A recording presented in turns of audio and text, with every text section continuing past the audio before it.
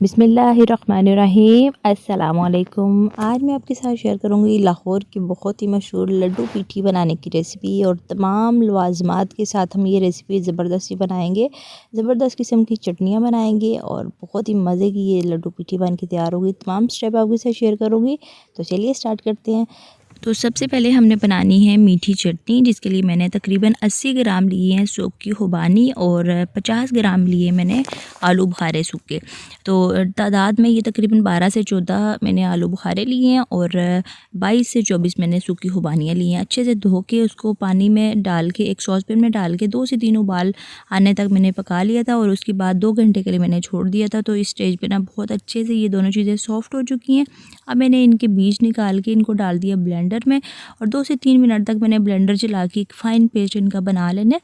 और इस पेस्ट को मैंने पतीली में डाल के चूल्हा ऑन कर दिया और इसके साथ साथ ना मैंने इसमें शामिल कर दिया 1 कप भर के पानी का, क्योंकि हमने इसको पकाना है तो उसके लिए फिर पानी जो है ना वो लाजमी जाएगा। 1 कप मैंने डाला है और इसको उबाल आने तक पकाया। उसके बाद मैंने इसमें 100 ग्राम चीनी शामिल कर दी। चीनी मीठा जो है ना वो कम ज़्यादा कर सकते हैं, लेकिन ये परफेक्ट मीठा था, आधा कप।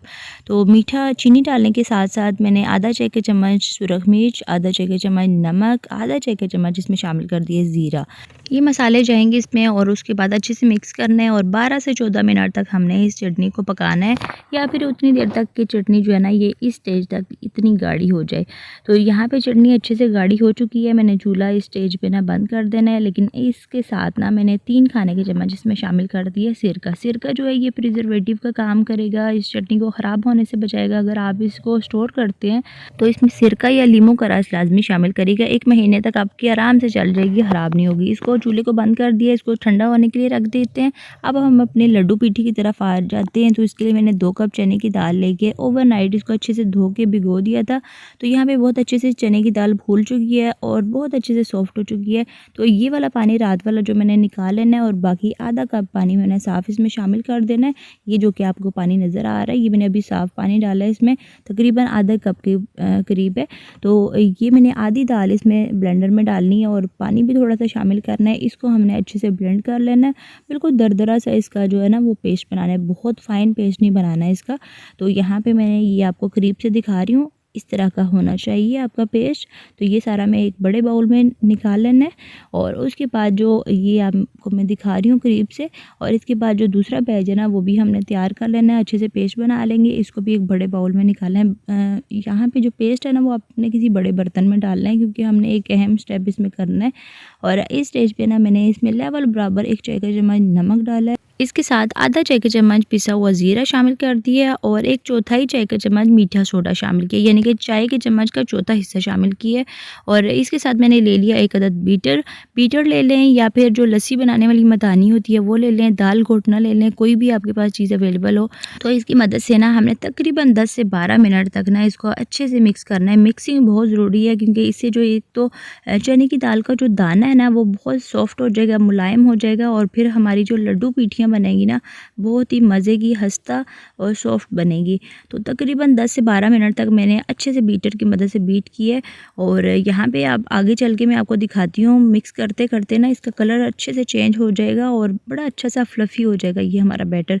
तो नमक मैंने इस स्टेज पे चेक किया था, नमक मुझे कम लग रहा था, आधा चाय का चम्मच नमक मैंने मज़ीद इसमें शामिल कर दिया और अच्छे से ना हमने मिक्स करना है इसको। यहाँ पे ये आगे चल के ये देखें, इसका कलर जो है ना वो बहुत अच्छे से चेंज हो चुका है और ये इसका जो मिक्सचर है ना बहुत अच्छा सा फ्लफ़ी सा हो चुका है।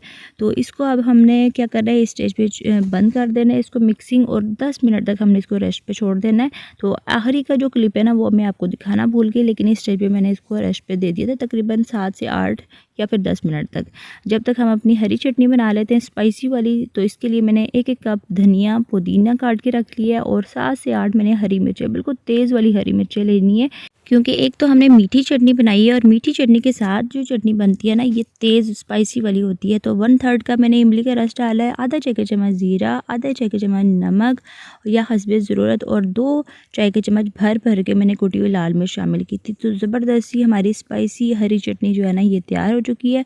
इसको भी हम साइड पे रखते हैं। और एक मीठी चटनी है, एक स्पाइसी चटनी है, तो इन दोनों के लेवल को बराबर करने के लिए हमने यहाँ पे दही ले लिया। दही में कुछ भी नहीं जाएगा, सिंपल हमने बस इसको बीट करना है अच्छे से और उसके बाद इसको भी हम साइड पे रखते हैं।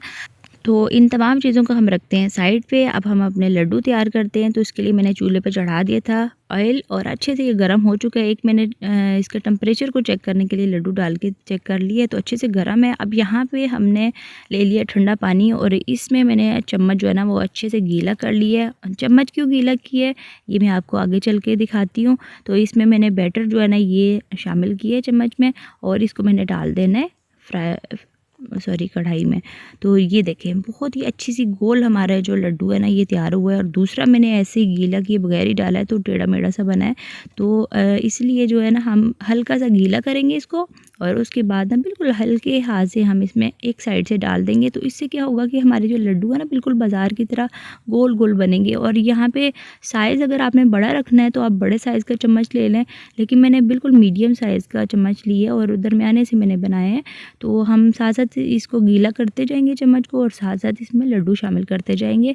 तो थोड़ी देर तक एक साइड से फ्राई होने के बाद फिर हम इसकी साइड चेंज करेंगे। चूल्हे की आंच हमने तेज़ नहीं करनी क्योंकि चने की दाल कच्ची थी और हमने इसको पकाना है अंदर तक अच्छे से। तो दरमियानी आग पे प्यारा सा गोल्डन ब्राउन कलर आने तक हमने इसको अच्छे से फ्राई करना है।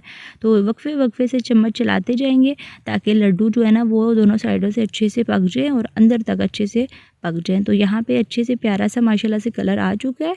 तो मैं अब लड्डू निकालती जाऊँगी और उसके बाद में यहाँ पे मैं छलनी में डाल रही हूँ ताकि इसका जो एक्स्ट्रा ऑयल है वो निकल जाए। तो यहाँ पे सारे लड्डू माशाल्लाह से हमारे तैयार हो चुके हैं और बाकी जो मिक्सचर बच गया उसके भी हम लड्डू तैयार कर लेंगे।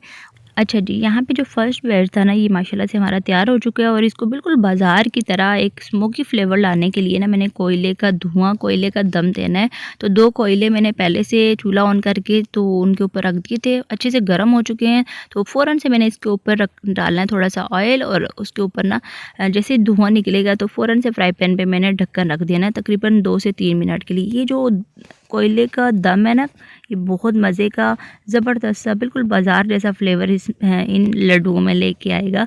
तो बाकी भी सारे लड्डू मैंने तैयार करके इसी तरीके से फ्राई पैन में डाल लिए हैं और इन तमाम को मैंने कोयले का दम दे देना है। तो इससे ना बहुत मज़े का इनका टेस्ट आएगा। तो माशाल्लाह से तमाम चीज़ें हमारी तैयार हो चुकी हैं। तमाम को मैंने सर्विंग प्लेट में, सर्विंग बाउल में निकाल लिया। अब बारी आती है लड्डू बनाने की। तो ये अहम स्टेप है तमाम मेहनत के बाद, तो इसको आप मिस बिल्कुल नहीं करिएगा। लड्डू मैंने एक प्लेट में रख दिए हैं, उसके ऊपर मीठी चटनी डाल दी है और इसके साथ हमने ये स्पाइसी हरी चटनी जो है ना ज़्यादा सारी डाल देनी है। तो इसके बाद ना इसके ऊपर डाल देनी है हमने दही, जो कि दोनों चटनियों के लेवल को बिल्कुल बैलेंस रखेगी, बहुत ज़्यादा कम ज़्यादा नहीं होने देगी। तो बहुत ही मज़ेदार सी ये हमारी चटनियाँ इसके ऊपर जा चुकी हैं। इसके बाद हमने ये मूली और गाजर की सलाद ही डाल दी है और अब बारी आती है टेस्ट करने की। तो बहुत ही मज़ेदार सी हमारी लड्डू पीठी बहुत ज़बरदस्त सी चटनियों के साथ तैयार है। अच्छा, आप जब घर में खाने के लिए इसको करेंगे ना थोड़ा सा आप लड्डू को तोड़ लीजिएगा ताकि तमाम चटनियाँ जो है ना अंदर तक चली जाए और बहुत मज़े का जूसी फ्लेवर इसमें आए। तो ज़बरदस्त सी हमारी लड्डू पीठी जो है ना तमाम लवाजमात के साथ तैयार है। तो उम्मीद करती हूँ कि आज की ये रेसिपी आपको पसंद आई होगी। तो प्लीज़ इस वीडियो को लाइक और अपने फ्रेंड्स एंड फैमिली में शेयर ज़रूर करिएगा। अल्लाह हाफिज़, फ़ी अमान।